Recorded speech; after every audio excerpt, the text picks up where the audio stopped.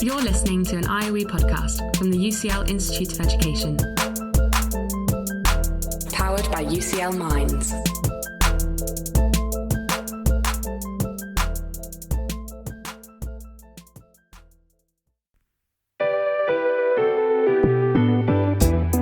This is Research for the Real World. Conversations with researchers about the paths they've taken to shape our everyday lives.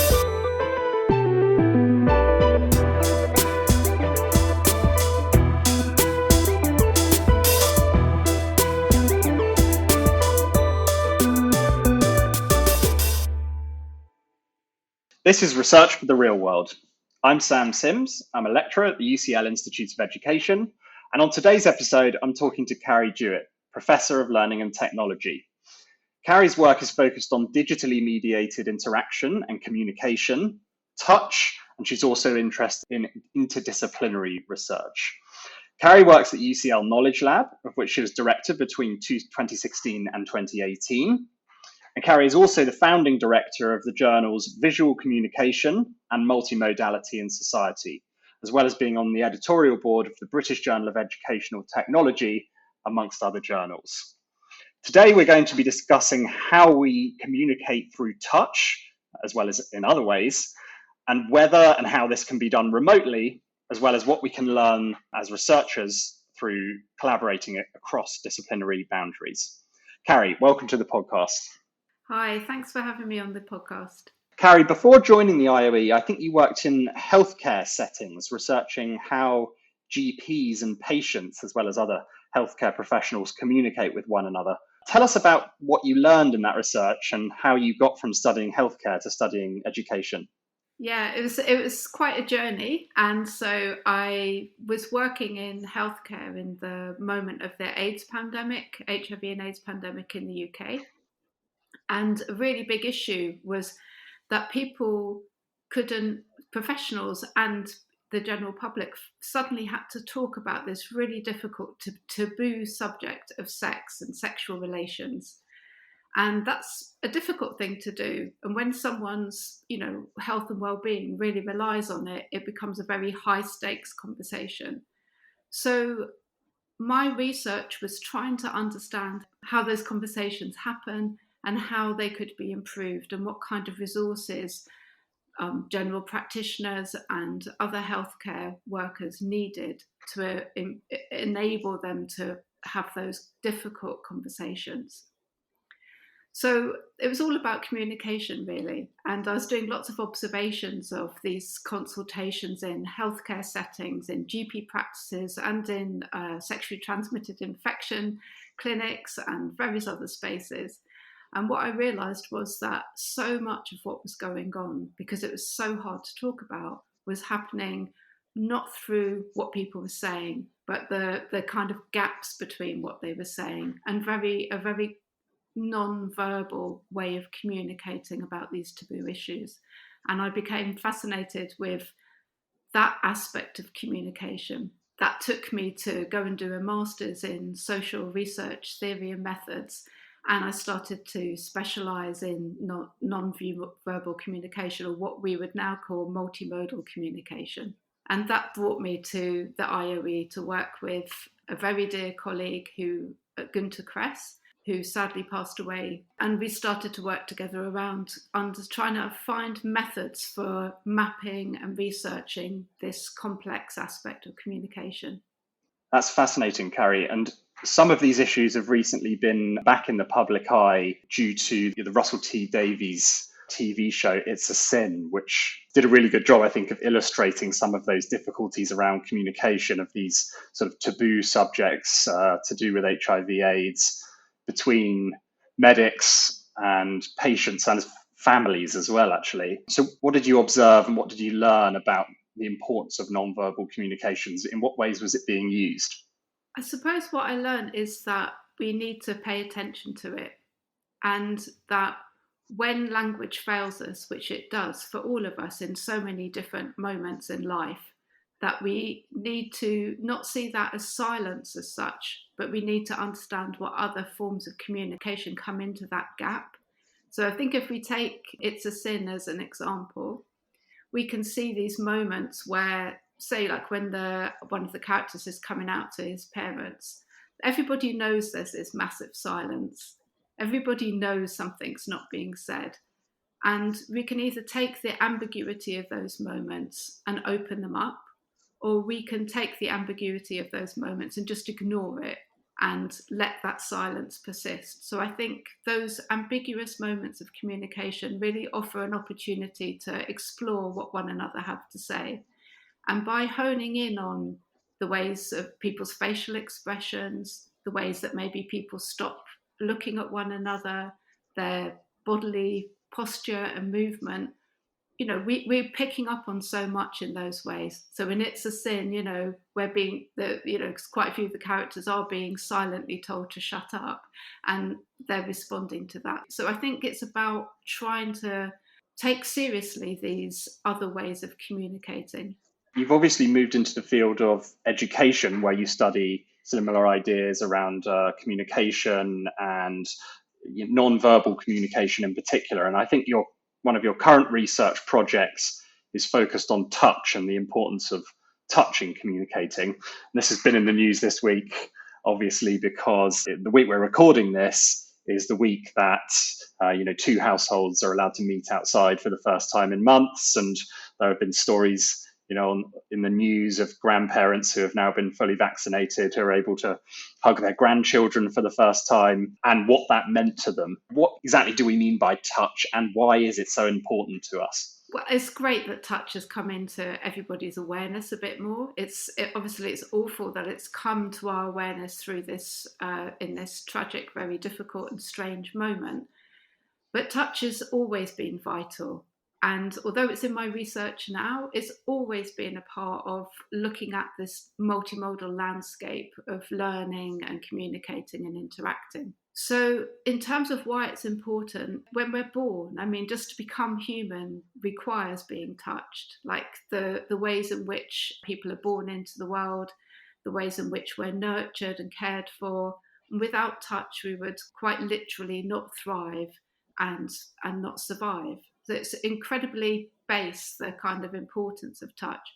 But it's also, in terms of the research that's done around touch, it's been research that shows the kinds of information we glean from our world through touch, the ways in which we form bonds, not just with other people or really intense relationships, but in retail, for example. If someone goes into a shop, which obviously none of us have done for a long time, but if we go into a place and where we touch an object, we're much more likely to buy it. So if you go into like a furniture store or something, you'll notice that shop assistants will start trying to get you to engage physically with the furniture in the shop. And it's around building bonds between ourselves and objects as well. But also in a, like say, a healthcare setting that we're talking about just now, or even in an educational setting where touch actually is quite a different, I suppose, has a different set of constraints around it. But in a healthcare setting, if a doctor giving information or a nurse were to touch the person they're speaking to, they're more likely to comply with that information. So it has very kind of subtle ways of influencing our decision-making, our thinking, and our relationships with one another. And I think education's a very interesting space to think about touch, because with all the concerns about abusive touch, quite rightly concerned around abusive touch, also a story that's in the headlines this week, that touch has become a very regulated space in educational settings. And one thing that can happen in response to that is touch is just entirely removed because it's so problematic. And that brings us back to this question of ambiguity and around how we manage touch, the complexity of touch. I don't think removing all touch from educational settings, say between teacher and very young children in the kindergarten, is necessarily the most productive thing to do, but it requires a conversation about limits and boundaries and comfort and cultural difference, and gender, and it's a very complex space to operate in. Fascinating.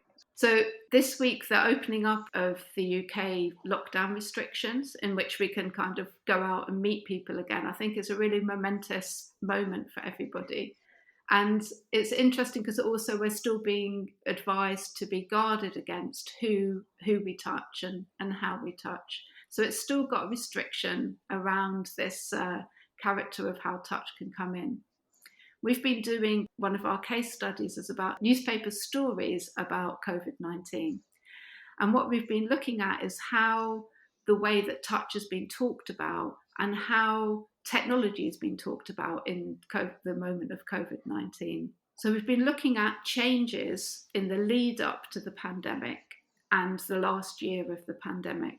And that's shown that touch is really, there's been an explosion of headlines around touch in the news and in the newspapers, partly around fear and hygiene and control, but also really understanding the importance of touch for everybody, the lack of touch, and exploring the different ways in which people have tried to compensate for touch. So we've had a lot of headlines about virtual hugging. You mentioned grandparents and the kind of risk of hugging a grandchild.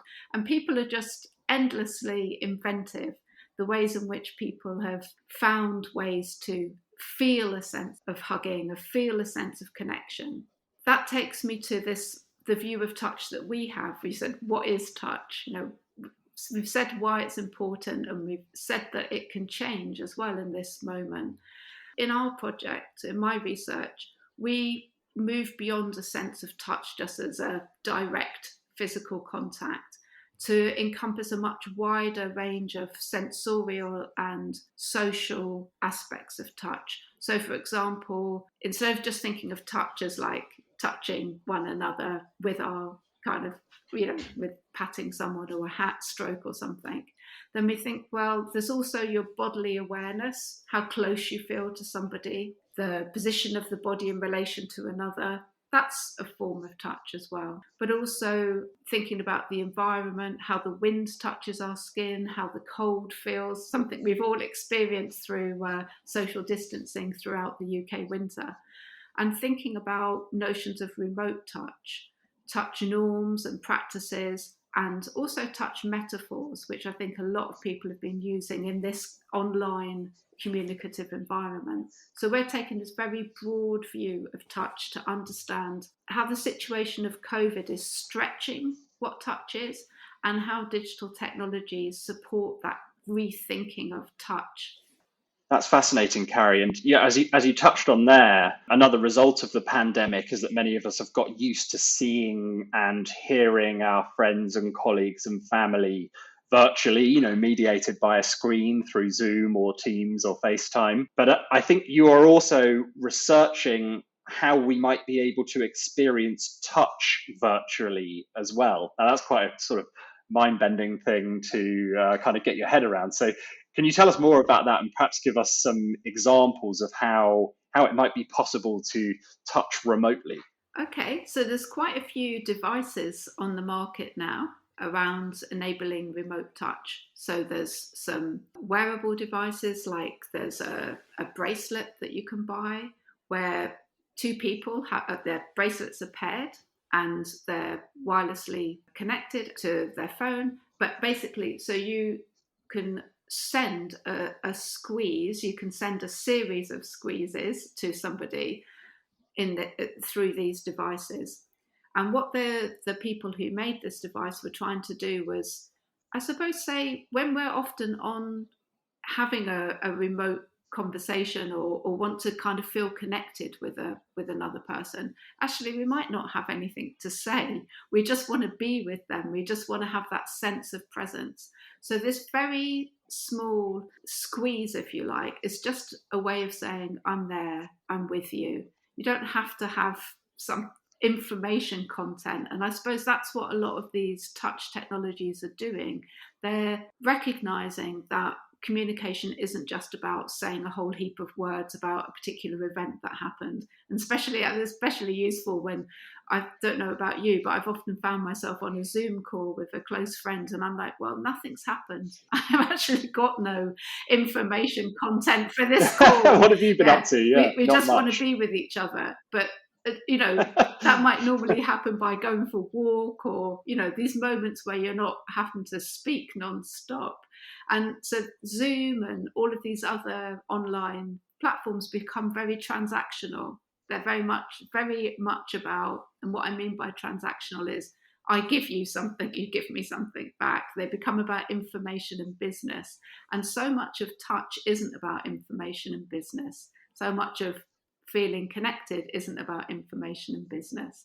So these digital technologies are very much filling that gap. So there's another one that I particularly like, which is a prototype, which means they're very early. A lot of these technologies are very early ideas that aren't yet in our everyday lives. They're living in labs at the moment, and they're being explored. And so another one is a little device that is connected to your laptop and to your friend's laptop, and it's got a little creature on it, and you can pet that little creature, and the little creature at the other person's laptop will react to that, to the touch that you've given it. So it's this sense of sending something quite ephemeral, quite open, and quite ambiguous. In our research project In Touch, we designed, with the help of colleagues from UCL Informatics and Computing, we designed what we call tactile emoticon. It looks a bit like a rather unglamorous oven mitt, and you can put your hand into it, and another person has the same device, and you can send through this technology, you can send them heat, pressure, vibration. So these three different forms of touch, if you like.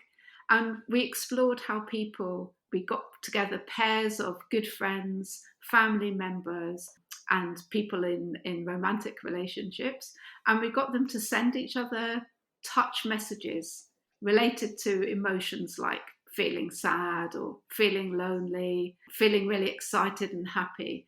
And we were really interested to see that, and other research has shown that people are incredibly good at reading touch messages, even without any words around that.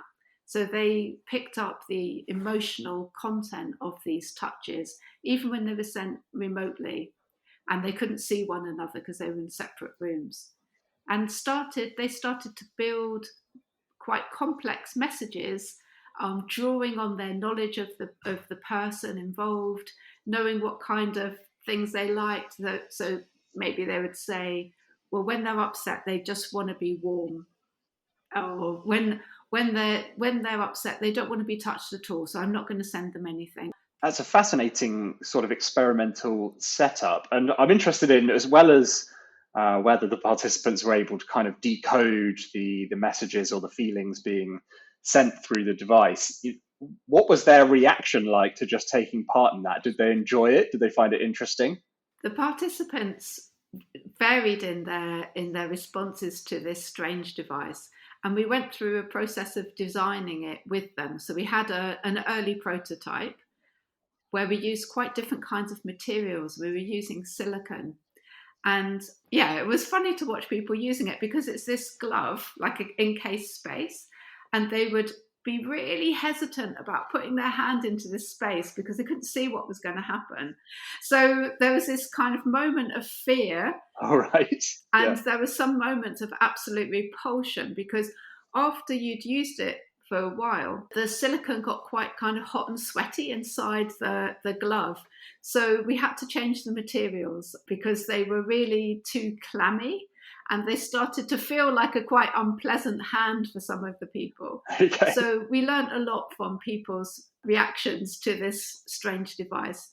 But quite a few people were like, I could imagine using something like this. I think this was pre-pandemic, this particular study. And I think it's the kind of thing that people, if we were able to do it now, I think people would really see a different kind of possibility for that device than they could have imagined at that time, where really what they were saying was kind of, why would I want to do this when I can just go and hug my partner, even if, just wait till the evening. It's just silly. So I think the context is everything, as always. Yeah, it's not hard to think of applications of this, or at least, the scope for trialing something like this in care homes that have been, completely locked down.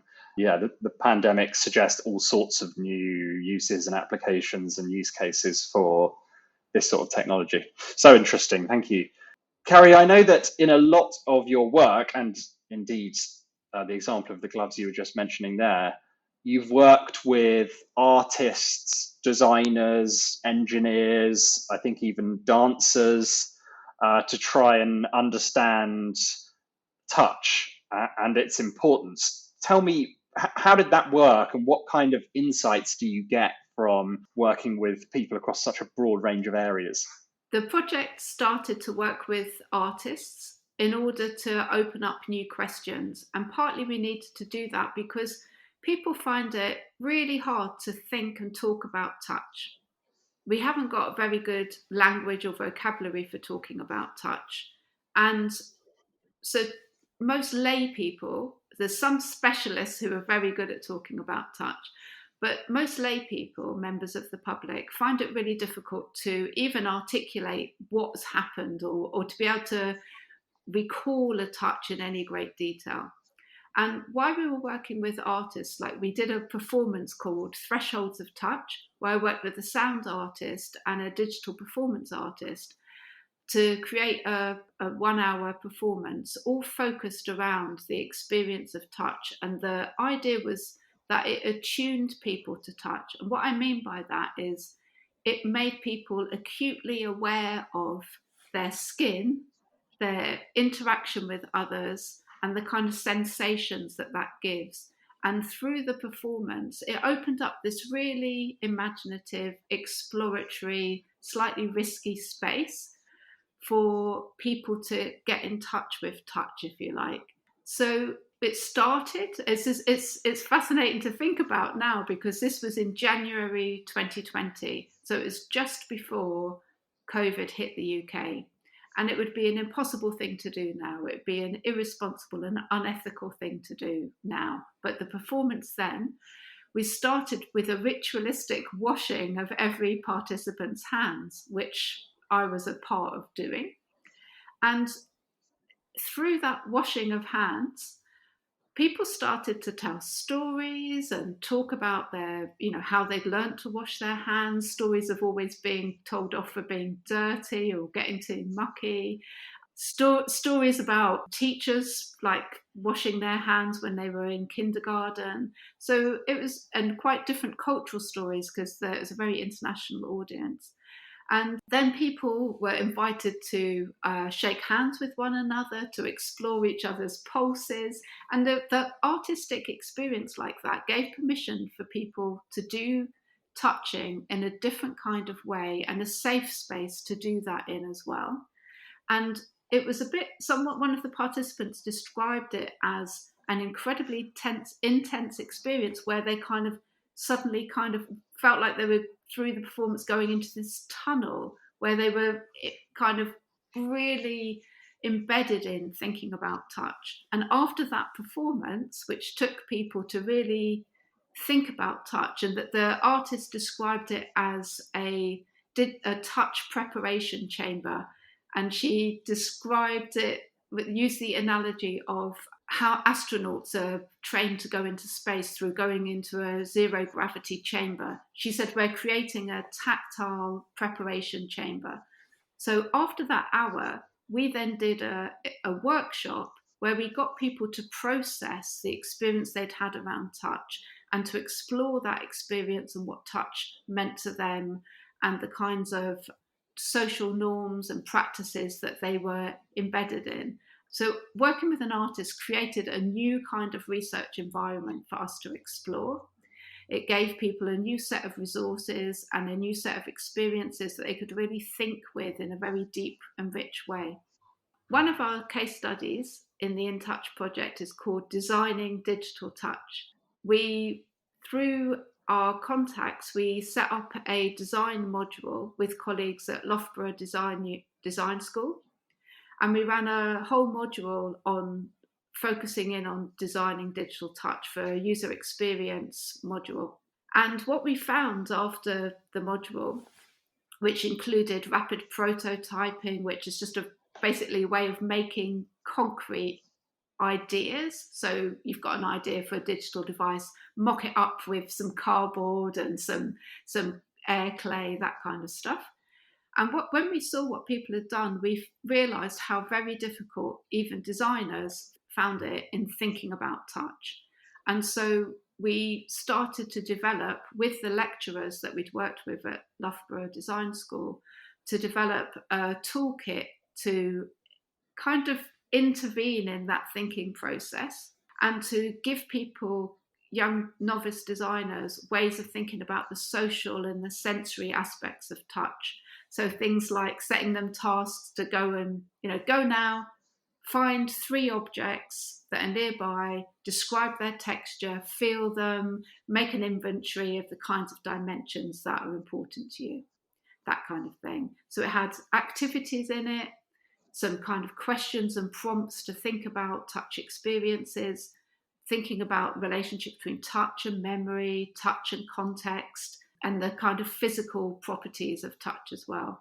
And we, through working with our design colleagues, we were able to take an early version of the toolkit, try it out with a different cohort of students and redevelop the toolkit. And now we're about to launch it as a digital toolkit for designers. So that's, we never went into that case study thinking that we would make a toolkit. So I think one of the exciting things about working with designers and artists is you always go in pretty open and you're never quite sure where you're going to end up. And that's very exciting and useful space to be in. That's a great example of, true interdisciplinary collaboration. I think, you've learned from the designers and artists, and in some sense, through the toolkit, they've also learned from you. And I know, Carey, you're interested in interdisciplinary research more broadly. And this is a sort of, when I'm talking to leaders in higher education or when I'm reading briefs from research councils, you always see this word interdisciplinary. It's a popular thing. But at the same time, as we all know, disciplines provide distinctive and useful ways of looking at the world. Biologists have powerful ways of studying the living world. Economists have very different but powerful ways of studying strategic human interactions and markets. So what is it that we gain? If you were trying to persuade somebody of the value of interdisciplinary research, what would you point to? So interdisciplinary work enables us to bring lots of different ways of looking at the same phenomena. So yesterday, me and my team did a workshop with a German research lab, who's one of our case studies, around interactive skin. So interactive skin is basically a whole variety of new technologies that really sit across the skin. They're ultra thin technologies and they're really one of the cutting edges of touch technology. And working together, we did what we call a speculative workshop. And what that means is this very new technology has an amazing future, but we don't know what it is. So we're going to speculate around that. So we imagined, this might sound unusual, we imagined we were 50 years ahead in the future and it was 2071. And then we worked backwards from 2071 to 2021 to say, how would we have got to the place in the future where this technology is as ubiquitous and possibly mundane as a mobile phone? And what we did was we took couple of starting points to do that, but the 2 main ones were technology and the other one was the social practices. And what we did there was we mapped this future as an idea with lots of different pathways and good things and bad things that might happen along the way. And we were responding to the social and the technology all the way through this dialogue of the future. And at the end, what the computer science colleagues said was that it would really help them think differently about what they were building and designing, but also their focus on technology and materials, because materials are such an important part of what touch will be, had really helped us think about things like regulation, the sustainability, what contact might be, the kind of scenarios, between us, we built social scenarios of where that technology might land in relation to touch. Without them, we wouldn't have been able to do that. And without us, they wouldn't have been able to think about the social in the same way. So I see these interdisciplinary research as a collaborative dialogue across difference. And sometimes why it can be very hard to do is there's real tensions between the different disciplines in that conversation. And a bit like coming back to the ambiguities that we're talking about in all conversations, those spaces are really interesting because it's these tensions that if we explore them, we can often find, like a key challenge or a key opportunity for thinking about a technology. So interdisciplinarity is about shining different disciplinary lens on a phenomena. That's always useful. Do you have any advice for other researchers, perhaps early career researchers, just things that they should keep in mind if they want to make this kind of research work? So I'm lucky enough to be the chair of the UCL Collaborative Social Science domain, which is the domains at UCL sit across all of the faculties. They're meant to kind of operate higher level than the faculty level and bring together researchers from across UCL to collaborate on various topics. And we're also lucky enough to have a really active early career network attached to the domain and a new PhD group attached to the domain. So they've got lots of ideas themselves about what was helpful. And one thing that they would really like is more opportunities to discipline hop and spend time in these other spaces. I guess that would be one of my key tips, I suppose, would be to spend time in the other discipline, spend time observing how people work in a respectful way, and to manage the chaos of trying to see another discipline through your own lens. So it can also reflect back some really interesting ideas about or views on our own discipline, which could be useful to think about. But it's a bit of a cliche, but it does all come down to finding ways to have a respectful dialogue across difference. But also, I think it's not about merging. So it's not about me. When I work with an artist, I work very hard to not suddenly think, oh my God, I'm so arty and I'm an artist too. Like I always hold on to, which I do see quite a lot in this collaborative work. You see some dreadful pieces of work created by social scientists who suddenly think they're an artist. And, so I think for me, it's about understanding where I'm located in that space, taking up the offer to move across the boundary. So in the work, some of the work with the artists that I'm doing, I have become a performer assistant. I've become a kind of giver of ideas to scripts and such like. So there's movement across these boundaries. And at times you have to let them be fluid and you have to open up to the uncertainty of someone else's process. So I think it's about, the top tip is listening, not shying away from the very difficult conversations, which is really hard because we're not always well equipped to have difficult conversations. But it's about finding points of difference and points of connection and then working with both of those things, not going for the merging, avoiding merging. And yeah, that would probably be my tips. That's really useful. Carey Jewitt, it's been so interesting talking to you today. Thanks for coming on the podcast. Thanks. It's been great talking to you and to have the opportunity to share our work with everybody. Cheers. You can find out more about Carey's research by following in_touch_UCL on Twitter, or searching for UCL Knowledge Lab. If you have questions or topics you would like us to address in future interviews, follow the links in the show notes where you can record your questions using either voice or text. If you enjoyed listening to the podcast today, there are now 9 seasons of conversations with IOE researchers, all available from wherever you get your podcasts. And as an added bonus, you can find the Research for the Real World playlist featuring tracks contributed by previous guests and producers. Follow the links in the show notes to Spotify. I'm Sam Sims, and this has been Research for the Real World. Goodbye. Research for the Real World is brought to you by the IOE Marketing and Communications team, in association with IOE Research Development. This podcast is presented by me, Dr. Carey Wong, and me, Dr. Sam Sims.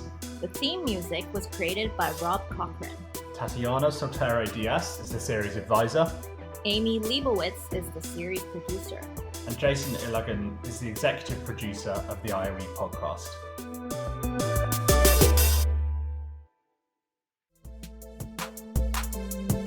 Thanks so much for downloading and listening to this IOE podcast from the UCL Institute of Education, University College London.